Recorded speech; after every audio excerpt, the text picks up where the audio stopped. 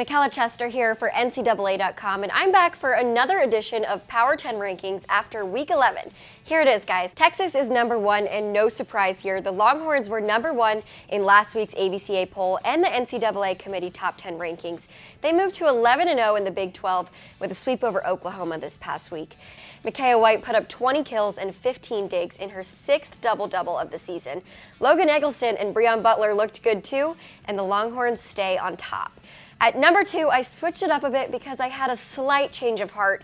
In my past Power 10s, I had Pittsburgh here. The Panthers only have one loss and a big win over Penn State. But I'm putting Baylor at number 2. It was easy to drop the Bears after their loss to Texas, but they do still have wins over Creighton, Wisconsin, Marquette, and Hawaii. And just one loss now to the number 1 team. So to me, Yassiana Presley and the Baylor Bears are the number 2 team, and Pittsburgh is right behind at number 3. Another switch up for you, but for good reason.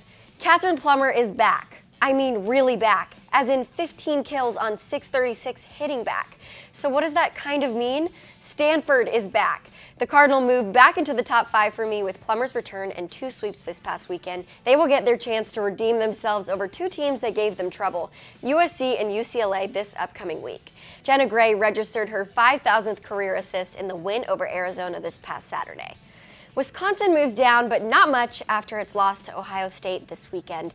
The loss marked its first in the Big Ten Conference and pumped the brakes on the Badgers' hot streak. Next week, they've got an appointment with some possible Big Ten redemption over Minnesota on Thursday. Speaking of, Minnesota takes the number 6 spot. The Gophers, on the other hand, swept Ohio State this past weekend. Minnesota has been interesting this season and have slid under the radar a bit. Don't forget that they beat Stanford and have now won 8 straight since their loss to Wisconsin.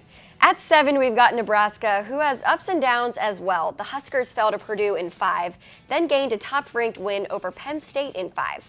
They still have to face Wisconsin and Minnesota, though, this season.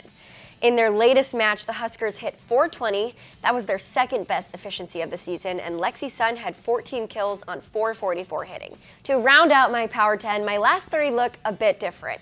Creighton falls out with a loss to Villanova this past weekend, so Penn State is at 8, Washington is back in at 9, and Florida makes a first-time appearance at 10. Penn State had 2 wins after they fell just short at Nebraska. Washington has been super interesting this season. The Huskies have a few unexpected losses, but give credit where credit is due. They still have 2 wins over Wisconsin, Creighton and Stanford, and just finished off the weekend with wins. Lastly, put the Gators on your radar. I was between Marquette and Florida for the 10th spot, and both teams have really similar resumes. But I gave the edge to Florida, who has a stronger RPI in the SEC over the Big East. That'll be it for this week's Power 10. How would you guys rank these teams?